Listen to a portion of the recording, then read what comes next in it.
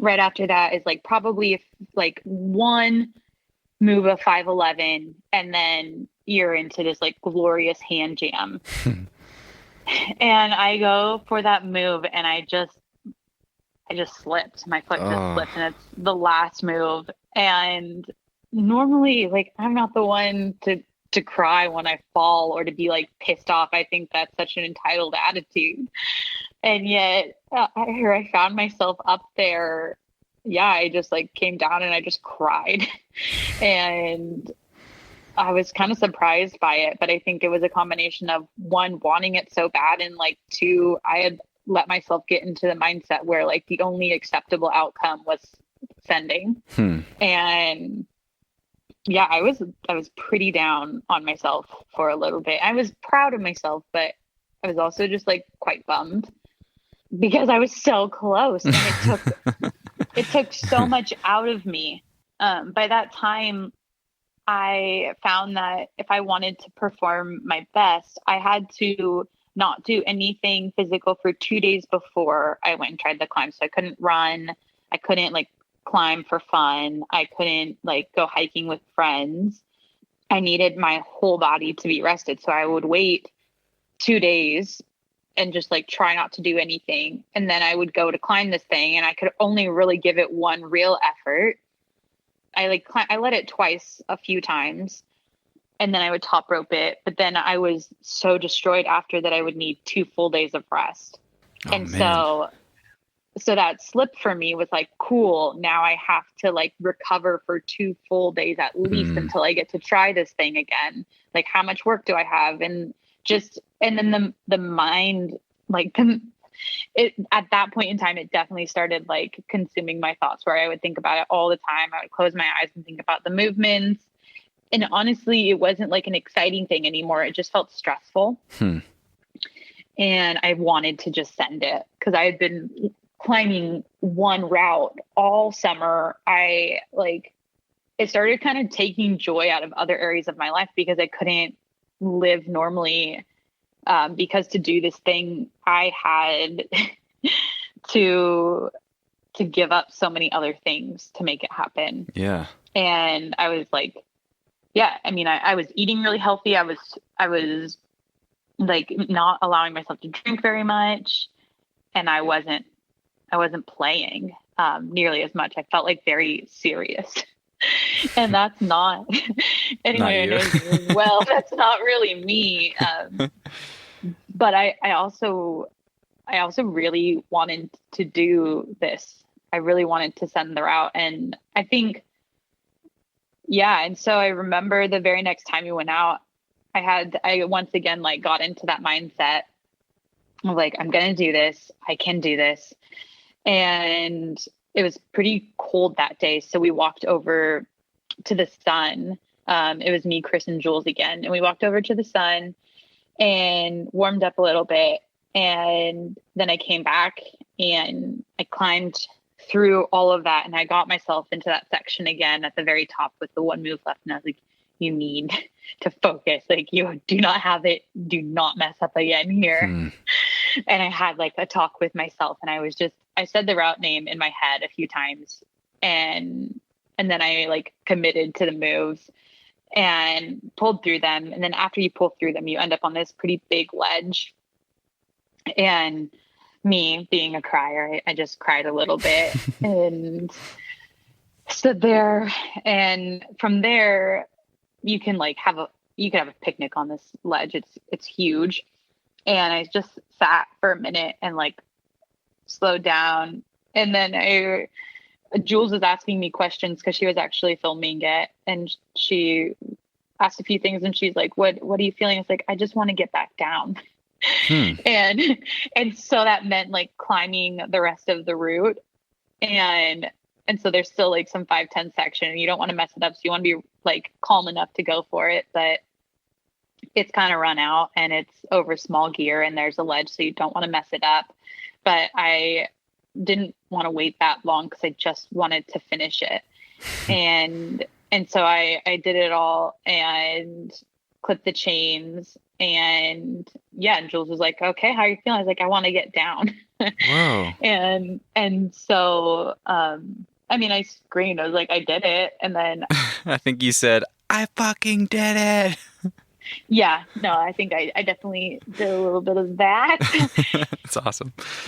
But I think for me, it felt like kind of a journey with me and Chris. He belayed me every single day we were out there. Mm. And he was just, I mean, he showed me the route. He taught me how to bolt.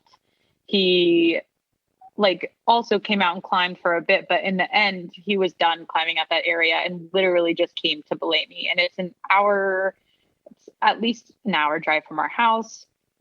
And so we would go there. He would carry more weight so that I could like be really rested, and would bring like puffy pants and a book. And so I think when I got to the top, I just like, I wanted to get down just to like hug him. And that like, that's what kind of made it feel complete to me, is Mm.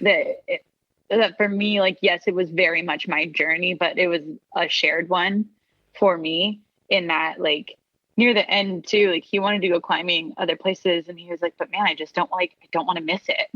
Mm. I want to be there when it happens. Cause I told him, I was like, I mean, I can find other people to belay me. He's like, yeah, but we've already put so much time into this and I don't want to miss it. Yeah, you wanted those belay points. and, That's and so beautiful. it was really cool. And also I think, yeah, I mean, I like to talk about things that I've done. And this one has, I like social media. I like to share things. I like to share excitement and stoke, but this was a weird one for me where I have not found the words to want to share about it. And Hmm. I I don't really know what that's about for me. Um, but yeah, it just, when I got to the top, it was more of a feeling of relief, and I've thought about it a lot, and I can come up with a lot of ideas of what that was. And I think some of it is that it happened at the end of October, which is kind of like near the end of She Moves Mountain season.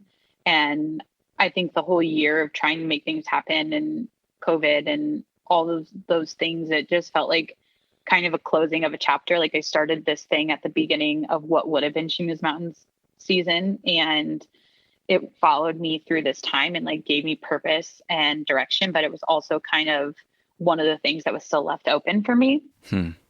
in this chapter of my life that was undone. And it also took a lot out of me and was really, really hard, and took a lot of concentration and took away joy from my life.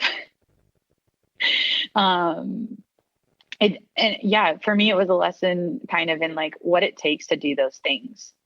And it was cool to see that I'm capable of it. But I think I was left questioning, like, are things like this something that I want to continue to pursue? And I'm just not really sure about it yet. Hmm. And then on top of that, there's like, how do I talk about one of the hardest things of the year for me being that I got to go rock climbing all of the time, knowing that so many people are going through so much, that like there's such an immense amount of privilege that comes with having the resources, time, partners, and like living in a location where I get to go climbing all the time.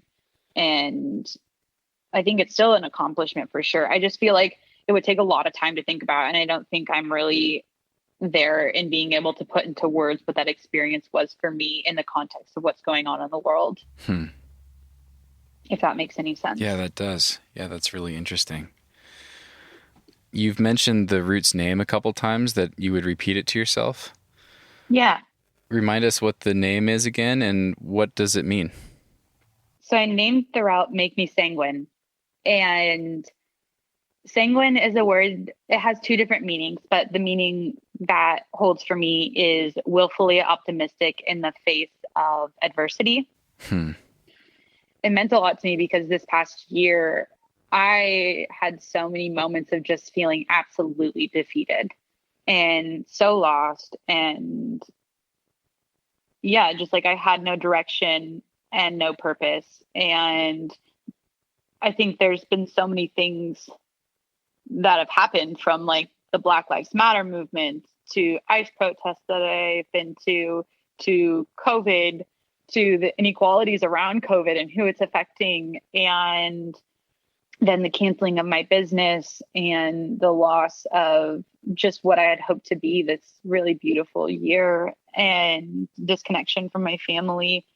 So for me, the name Make Me Sanguine, like make me willfully optimistic in the face of all of this shit. Because sometimes it's like, it's not something you just feel. Like optimism is sometimes something you have to fight for.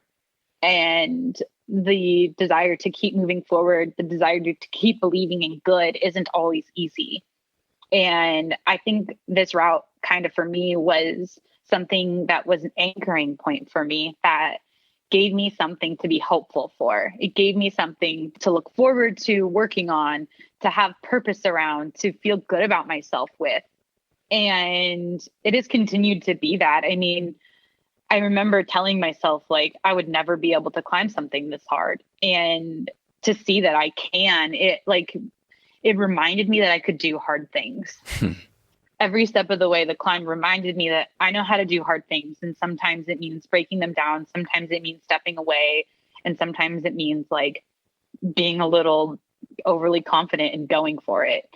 But for me, this period in my life has been really challenging, and it was hard to find optimism. It was hard to want to keep going and want to keep trying and to plan events and then cancel them again, plan events and cancel them again, to like make plans to see my family and then to accept that that wasn't the right thing to do, to like have clinics and then smoke comes and like cancels everything again. And then to get modeling jobs and COVID comes and Chris tests positive. And so we're in quarantine again. I mean, there's so many things in my life this past year that have been like, okay, yeah, we can start planning again. And they're just completely crushed.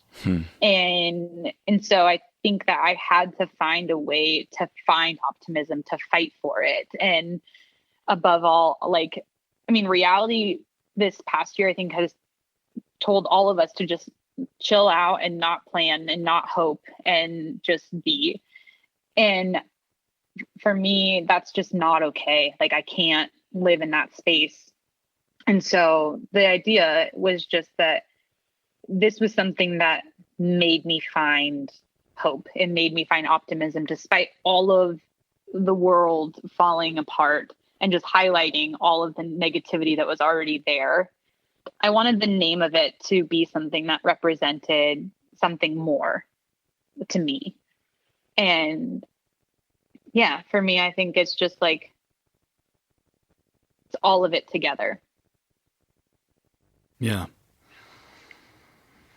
Thank you for sharing all that with me. How hard do you think it is? I think the route is 13A. Sick. Yeah. Do you remember in our last conversation that we talked about whether or not you would climb 513 someday? And I said I never would. Hey friends, I hope you enjoyed that teaser of this week's follow-up. If you want full access to follow-ups, you can sign up for $5 a month on Patreon at patreon.com/thenuggetclimbing.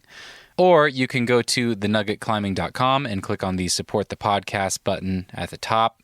If you're on your smartphone, just tap those two little lines at the top of the page and you'll see the button in the drop-down menu.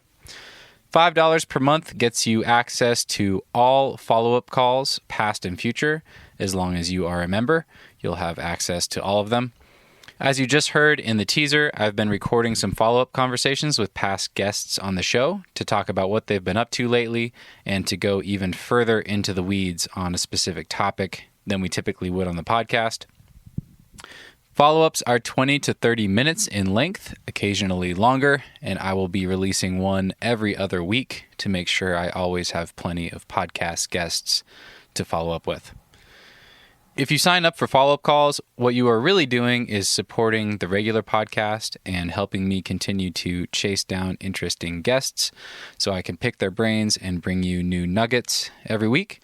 And by signing up on Patreon, you get some bonus content to look forward to as well. In addition to getting access to follow-ups, I will also let you know who's coming up on the show, and you can submit patron questions for upcoming guests, as you have undoubtedly heard in other episodes of the podcast. $5 per month. Think of it as buying me a beer at the local brewery. after a long day of climbing. Whether or not you choose to sign up, thank you for listening, and feel free to share the podcast with your friends or leave a rating on your listening app. It truly helps, and I appreciate you for tuning in. I am very grateful for you guys. Much love to you all. We'll see you next time.